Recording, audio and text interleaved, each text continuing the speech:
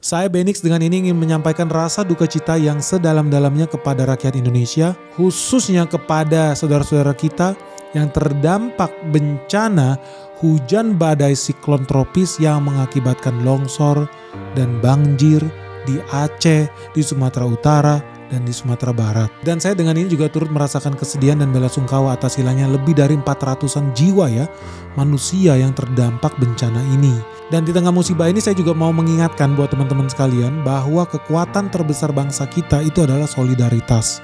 Jadi saya mau minta untuk kepada kita semua, rekan-rekan semua, untuk saling terus tolong menolong, bahu-membahu, gotong royong dalam memberikan bantuan, dalam memberikan dukungan, baik dari segi materi, dari segi tenaga, waktu, dan yang terpenting dukungan dalam bentuk doa supaya saudara-saudara kita di wilayah yang terdampak bisa segera dipulihkan. Semoga masa yang sulit ini dapat segera kita lewati bersama.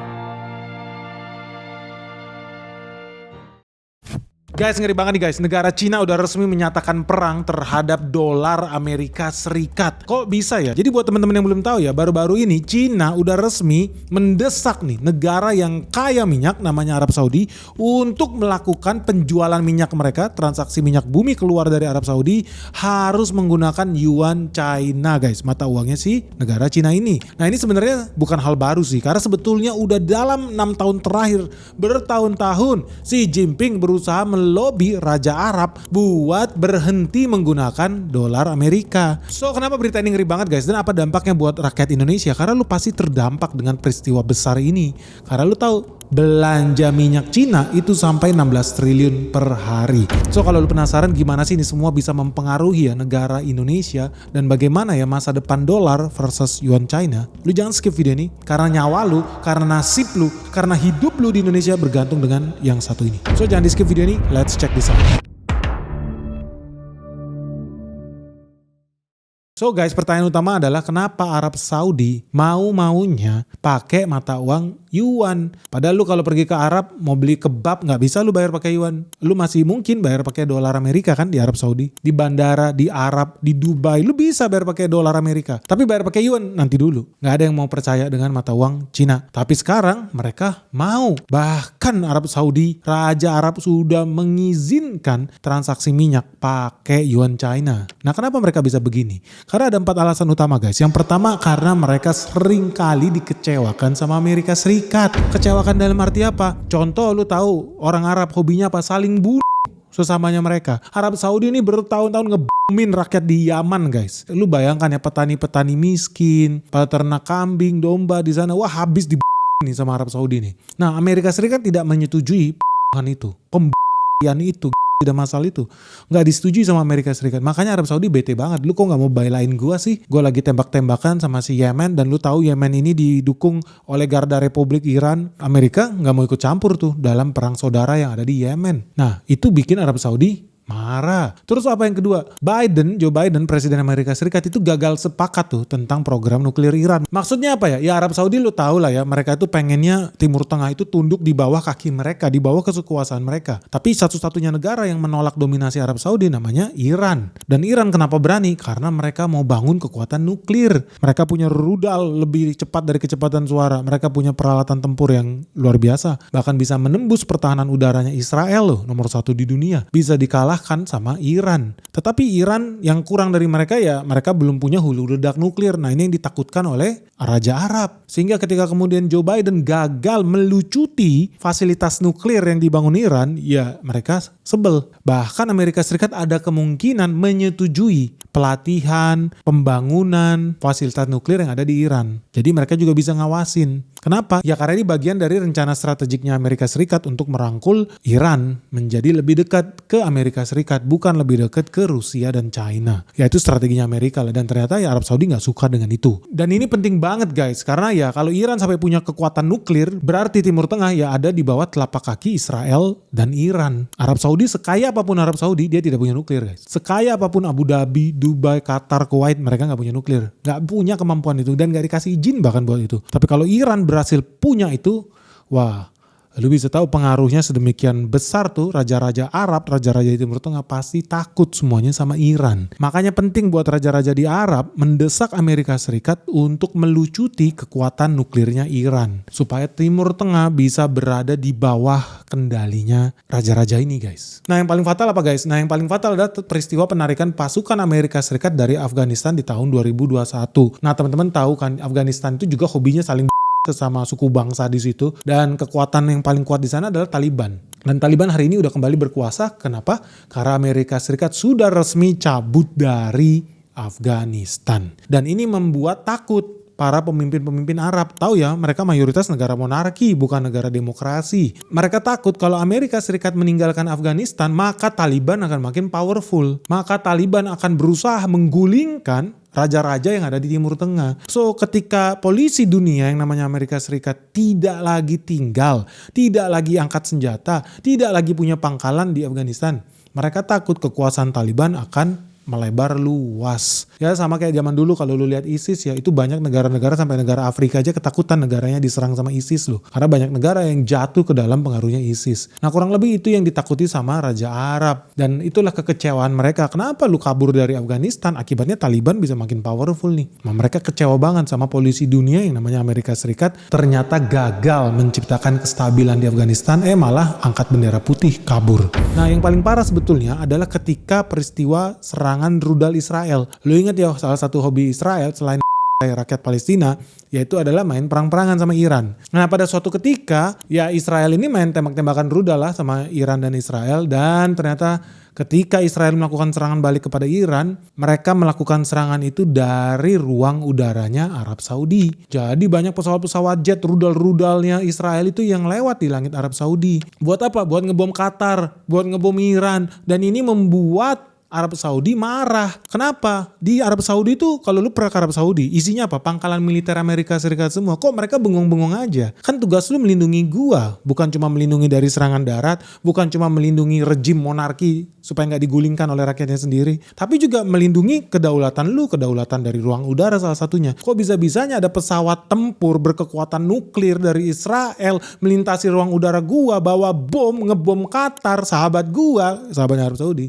dan lu diem aja. Lu membuat gue malu di hadapan rakyat gue sendiri. Dan kecewa banget mereka, ruang udara Arab Saudi dipakai sebagai cara untuk mengebom, menyerang negara-negara Arab yang lain. Malu dong mereka. Mereka selama ini kan menganggap dirinya sebagai pahlawan di Timur Tengah. Mereka adalah pelindung. Tapi ternyata ketahuan bersekutu, bahkan mengizinkan ruang udara dia dipakai buat ngebom negara-negara Arab yang lain. Wah kecewa guys. Jadi udah bertumpuk-tumpuk lah kekecewaannya Arab Saudi terhadap Amerika Serikat. Jadi gak heran kalau mereka pun sudah mulai belajar untuk mengkhianati Amerika Serikat. Dan memang momennya pas. Kalau lu lihat video Benix tahun lalu itu gue udah bikin wanti-wanti ya tentang peristiwa ini akan terjadi pengkhianatan terhadap dolar Amerika Serikat karena perjanjian petrodolar sudah berakhir di tahun 2024. Dan gue udah bilang juga di video itu, ketika perjanjian ini berakhir harus siap-siap Amerika Serikat. Ketika petrodolar berakhir, Cina dan Arab Saudi bisa bersekongkol untuk menghabisi Amerika Serikat. Karena perjanjian petrodolar, by the way itu adalah perjanjian yang ditandatangani di atas kapal perangnya Amerika Serikat ya. Isinya apa? Negara Arab Saudi wajib menjual minyak bumi mereka pakai dolar. Dan perjanjian kerjasama ini berlangsung selama 50 tahun sejak bulan Juni tahun 1974. Karena udah 50 tahun berlalu, pas di bulan Juni 2025 atau lebih tepatnya tanggal 9 Juni 2024, ya perjanjian ini berakhir. Dan Arab Saudi itu sebetulnya sudah bebas, merdeka. Dia sudah bebas menentukan partner bisnisnya siapa. Mereka nggak boleh dilarang-larang seharusnya bertransaksi dengan negara manapun, dan mereka bebas menentukan mau pakai mata uang apa dalam berbisnis. Oke, itulah sejarah masa lalu petrodolar. Bahwa ya hari ini mata uang dolar dipakai di Hong Kong, di New Zealand, di Abu Dhabi, di Inggris, di Jerman. Ada sejarahnya. Karena komoditas yang paling banyak ditransaksikan dan nilainya paling banyak juga secara dolar itu adalah minyak bumi. Apapun negaranya pasti pakai minyak bumi. Kalau orang menguasai minyak bumi, mata uang yang dipakai pakai minyak bumi, pasti langsung gede valuasi. Lu bayangin aja gini, kalau lu di sini ada yang suka kripto, lu bayangin tiba-tiba transaksi minyak bumi di seluruh dunia wajib pakai Bitcoin. Apa yang terjadi? Permintaan terhadap Bitcoin pasti naik. Harga Bitcoin pasti jadi naik. Kurang lebih itu relevansinya. Atau kalau misalnya lu gampang bayangin emas. Bayangkan kalau tiba-tiba komoditas yang paling sering ditransaksikan di Indonesia itu adalah beras. Lu bayangkan kalau tiba-tiba besok keluar peraturan pemerintah semua transaksi beras wajib bayar pakai emas. Pasti permintaan emas meningkat tinggi. Itu pun yang terjadi dengan petrodolar. Ketika 50 tahun yang lalu disepakati negara-negara Timur Tengah wajib menjualnya dalam dolar, permintaan dolar meningkat pesat. Akibatnya Amerika Serikat bisa cetak duit nggak pakai mikir. Karena ketika dia cetak duit, negara lain langsung menyerap dolarnya mereka buat transaksi minyak bumi itu. So, kembali ke Petro Yuan. Sebetulnya seberapa besar sih dampaknya? Emang Cina itu pengaruhnya sebegitu powerful di bisnis minyak bumi dunia? Ya gampang aja guys, lu lihat data ya. Lu tahu 3 negara dengan konsumsi minyak bumi terbesar di dunia. Peringkat 3 itu ada India. 5 juta barel per hari. 5 juta barel per hari itu India karena penduduknya miliaran. Peringkat 2 ada Cina. Konsumsinya berapa? 16 juta barel guys per hari.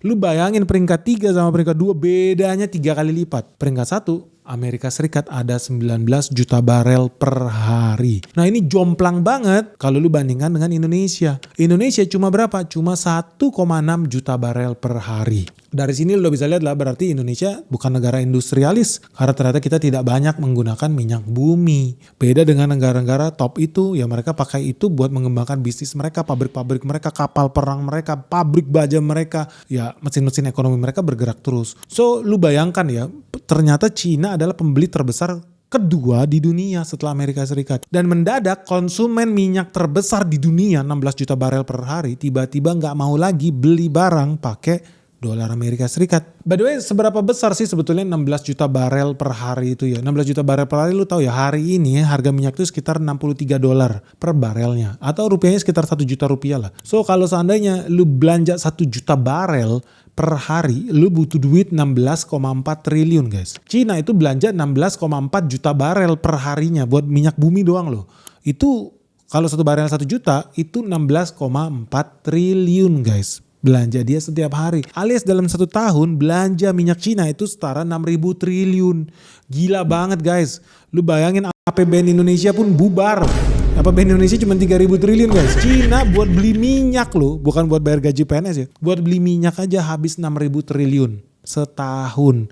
Gila banget guys. Nah lu tahu ternyata dari 16,4 juta barel per hari yang dikonsumsi dibakar sama Cina, Arab Saudi itu menyuplai 10%-nya alias setara 1,6 juta barel setiap hari. Artinya kalau tadi 1 barel itu setara 1 juta rupiah, kalau dia konsumsinya 1,6 juta barel setiap hari dari Arab Saudi, artinya Cina itu nyetor 584 triliun. Ya hampir 600 triliun setiap tahunnya ke Arab Saudi. Itu hampir setara dengan 5 kereta cepat Jakarta-Bandung lah. Jadi lu bayangin ya, belanja minyak Cina dari Arab Saudi ini bukan dari seluruh dunia. Cina dari Arab Saudi aja nilai transaksinya setara 5 kereta cepat yang harganya ratusan triliun itu. Jadi gede banget loh bisnis minyak ini. Nah ini bahayanya apa guys? Kenapa lu harus tahu ini? Lu harus rekam baik-baik ini di otak lu. Karena kalau ini terjadi, ini pertama kalinya dalam sejarah terjadi serangan dahsyat terhadap dominasi US dollar. Dan ini bakal mengurangi dominasi US dollar bukan cuma dalam perdagangan minyak aja.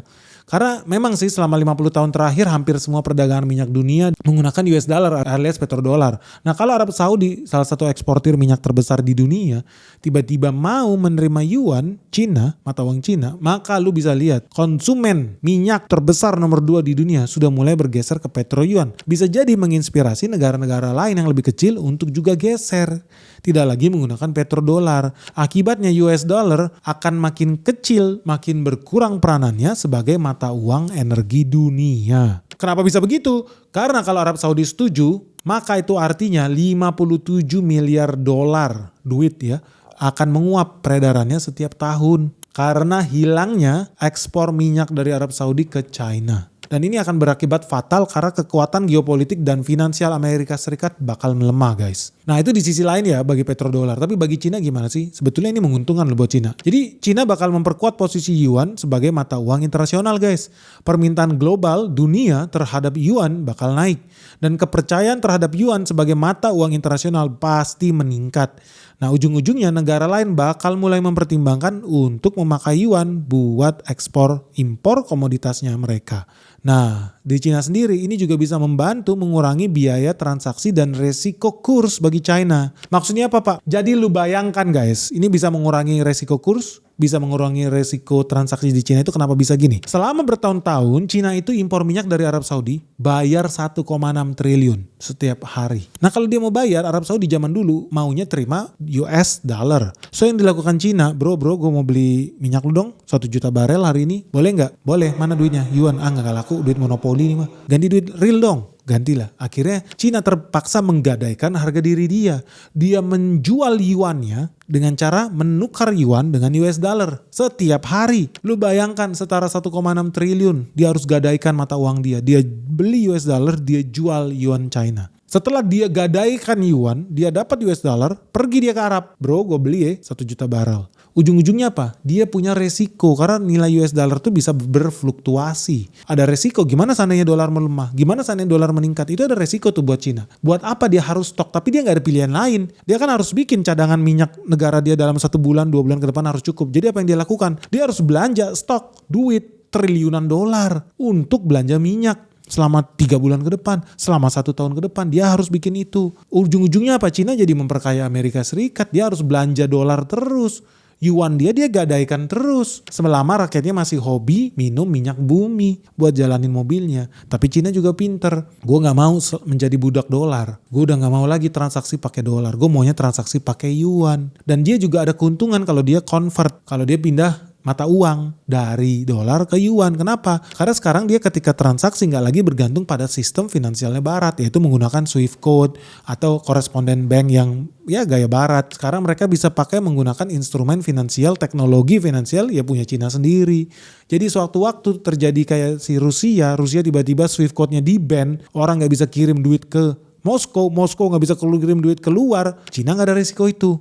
Karena transaksinya semua dilakukan pakai teknologinya Cina. Dia nggak bergantung dengan Swift, dia nggak bergantung dengan Mastercard, dia nggak bergantung dengan Visa, dia pakai teknologi dia sendiri guys. So dengan memakai yuan, ya Cina bisa mengurangi biaya konversi mata uang mereka, jadi lebih hemat transaksinya. Dan tidak lagi menguntungkan barat. Dan yang paling penting, dia bisa menghilangkan resiko fluktuasi US dollar guys. Nah buat Arab Saudi sendiri, kalau yuan kan kayaknya Cina untung aja ya, benefit juga dia kalau pakai petro yuan. Tapi kalau buat Arab Saudi ini untung apa rugi guys? Ya bagi Saudi itu sebetulnya ada plus minusnya. Yang pertama nih keuntungannya dulu ya buat Arab Saudi. Arab Saudi itu mendapatkan ruang ekonomi politik yang lebih luas. Mereka tidak lagi bergantung 100% terhadap Amerika Serikat. Mereka juga jadi dapat akses karena punya stok yuan. Mereka bisa menginvestasikan mata uang yuan mereka ke bisnis-bisnis yang ada di Cina, ke obligasi Cina, proyek Belt and Road Initiative dan lain sebagainya. Dan mereka akibatnya mendapatkan akses yang lebih besar terhadap pasar Cina yang begitu banyak populasi penduduknya. Jadi di sini ada keuntungan juga buat Arab Saudi ya, mereka jadi punya cadangan yuan yang begitu besar. Mereka bisa bisnis apapun dan mereka bisa investasi. Oh Cina mau bangun pelabuhan di Afghanistan. Oh Cina mau bikin pelabuhan di Afrika. Oh Cina mau beli pelabuhan di Tanjung Priuk. Sekarang Arab Saudi bisa jadi joinan investasi ke sana. Emangnya Abu Dhabi Ports doang yang bisa? Arab Saudi sekarang jadi bisa ikut joinan investasinya Cina ke seluruh dunia dengan mata uang yuan mereka. Mereka jadi stok yuannya banyak di gudang guys. Nah tapi ada resiko juga nggak buat Arab Saudi? Ada. Yang pertama yuan itu tidak se-internasional USD guys. Ini juga masalah sebenarnya. Contoh gini, gue berkali-kali ya kalau terbang transit di Abu Dhabi atau transit di Dubai bayar pakai dolar Amerika Serikat masih bisa loh. Bahkan di Singapura aja masih ada toko-toko yang menerima kalau kita transaksi pakai dolar. Jangankan di Arab, di Indonesia aja kalau lu ke Bali itu banyak hotel-hotel, restoran yang terima pembayaran pakai mata uang dolar. Sampai ke Lombok aja banyak yang masih terima. Sedemikian terkenalnya dolar Amerika Serikat ini di seluruh dunia. Lalu bayangkan tiba-tiba duit di dompet lu berubah jadi yuan. Itulah yang terjadi di Arab Saudi. Tiba-tiba mereka tiap hari dapat 1 triliun per hari, tapi dalam bentuk yuan. Dan yuan tidak seglobal, tidak seinternasional USD. Akibatnya dia juga jadi tidak seleluasa itu buat investasi di dunia internasional. Katakan ada proyek pembangunan kereta api dari Hokkaido nyambung ke Okinawa di Jepang. Apa iya Jepang mau terima mata uang yuan? Gua rasa enggak. Akibatnya jadi sulit juga kalau Arab Saudi mau invest di proyek pembangunan kereta api di Jepang itu. Karena nggak umum. Tapi kalau Amerika Serikat dolar masih mau nggak? Mau pasti Jepang. Hal yang sama juga. Misalkan ada investasi proyek pembangunan instalasi nuklir di New Zealand. Mau gitu orang New Zealand terima mata uang yuannya Arab Saudi? Gua rasa nggak. Buat apa New Zealand stok yuan banyak-banyak? Bisa jadi ada kerugian juga di mereka ketika yuan itu sendiri dipegging nilainya terhadap US dollar. Jadi katakan si Arab Saudi mau investasi di New Zealand atau di Jepang tadi, Ya tentu kan Jepang nggak mau terima mata uang yuan. Lu belanja dulu lah ke yen, convert tuh. Atau lu ganti dulu yuan lu ke US dollar. Tapi ternyata nilai pegging yuan terhadap dolar ternyata lagi nggak bagus. Ya jadi resiko kurs juga sebetulnya di Arab Saudi. Nah yang paling fatal sebetulnya yang ketiga sih guys, kerugian bagi Saudi. Yaitu ada potensi tekanan politik dari Amerika Serikat yang sakit hati dikhianati oleh sekutu lama mereka. Soalnya petrodolar adalah kepentingan strategis Amerika Serikat. Mereka tidak akan pernah membiarkan mata uang mereka hilang dominasinya di dunia ini guys. Tidak akan pernah loh. Lu bayangkan. Ini betul-betul ngeri sih. Kenapa ini penting banget? Karena lu tahu ya Amerika Serikat bisa kehilangan kekuatan dia buat mengontrol dunia. Karena dolar fungsinya adalah mengontrol itu supaya dunia ini tidak chaos, supaya dunia ini berputar mengelilingi Amerika Serikat. Dan ini juga bukan cuma soal ekonomi. Lu udah ngomongin dolar, itu udah ngomongin kepentingan militer. Kekuatan militer Amerika Serikat itu ditopang sama US dollar, tapi mereka juga yang menopang dominasi US dollar. Ketika Muammar Gaddafi misalkan, dia tuh ngumpulin orang-orang di Afrika, penghasil minyak di Timur Tengah. Dia bilang kita stop yuk jual minyak kita. Libya waktu itu Gaddafi nggak mau lagi jualan minyak pakai dolar. Apa yang terjadi? Gaddafi berpisah dengan lehernya guys. Jadi binasa dia. Begitupun Saddam Hussein. Jadi banyak rejim-rejim diktator, presiden, kepala negara di Afrika Timur Tengah yang disingkirkan karena mereka nggak mau pakai dolar. Mereka nggak mau lagi jual minyaknya pakai dolar. Jadi ini ada masalah militer juga. Militer digunakan untuk menekan negara-negara supaya terus menggunakan US dollar. Nah ini memberikan kekuatan kedua bagi Amerika Serikat untuk memberikan sanksi. Kalau negaranya sudah makan racun itu yang namanya US dollar, mereka jadi budak, mereka jadi ketagihan dengan US dollar, Amerika Serikat jadi punya kekuatan buat memberikan sanksi. Contohnya racun gini guys, lu kalau beli Rolls Royce bisa nggak pakai yuan? Nggak bisa. Lu mau beli Boeing, Airbus bisa nggak pakai yuan? Nggak bisa, lo harus pakai US dollar. Tapi kalau raja-raja Arab itu kan kaya raya, apa mau mereka pakai mobil Hyundai? Enggak, gue yakin enggak. Mereka mau pakai mobil yang mahal. Mereka mau naik mobil Rolls Royce, mereka mau naik mobil Bentley, mereka mau pakai pesawat Gulfstream, mereka mau pakai pesawat Boeing, mereka mau pakai pesawat Airbus. Dan negara-negara itu tidak akan mungkin mau jual barang mereka ke sana kalau tidak pakai dolar. Akibatnya oligarki di Arab ya ketagihan dolar. Nah, karena mereka sudah menjadi budak dolar, mereka terbiasa belanja pakai dolar, akibatnya Amerika Serikat bisa leluasa memberikan sanksi. Lu pengen naik Bentley terbaru, lu pengen punya Rolls Royce terbaru, gue gak kasih izin lo, gue embargo, lu gak boleh beli. Bisa gak terjadi? Bisa, itu terjadi. Hari ini oligarki orang-orang kaya di Rusia kena embargo. Jangankan beli mobil Ford, lu mau beli McD aja gak bisa di Rusia hari ini. Lu bayangkan tuh, sedemikian powerfulnya mata uang itu sehingga mereka bisa memberikan sanksi, sehingga negara bisa jadi terbelakang karena lu gak bisa lagi impor teknologi barat. Lu mau punya Intel gak boleh, lu mau punya iPad, iPhone gak boleh, lu mau pakai teknologi satelit Amerika Serikat gak boleh, karena semuanya di embargo sama Amerika Serikat. Mereka punya kekuatan itu melalui US dollar. Lu gak bisa lagi ngeluncurin satelit ke luar negeri. Karena apa? Karena mau buat bayar ongkos tiket roketnya aja bayarnya pakai dolar. Tapi mereka gak boleh terima dolar lu. Haram menurut mereka, uang palsu. Orang mereka yang bisa ngasih nomor seri, yang mereka yang bisa nyetak, mereka juga yang berhak mendeklar uang lu itu sah atau tidak sah. Itulah bahayanya negara-negara yang selama ini sudah menjadi budak dolar guys. Dan ini bisa berlaku permanen kalau perdagangan global masih memakai US dollar. Apalagi khususnya perdagangan global yang menggunakan lalu lintas perbankan. Karena transaksi internasional pasti melewati sistem finansial Amerika Serikat yang namanya kode SWIFT itu.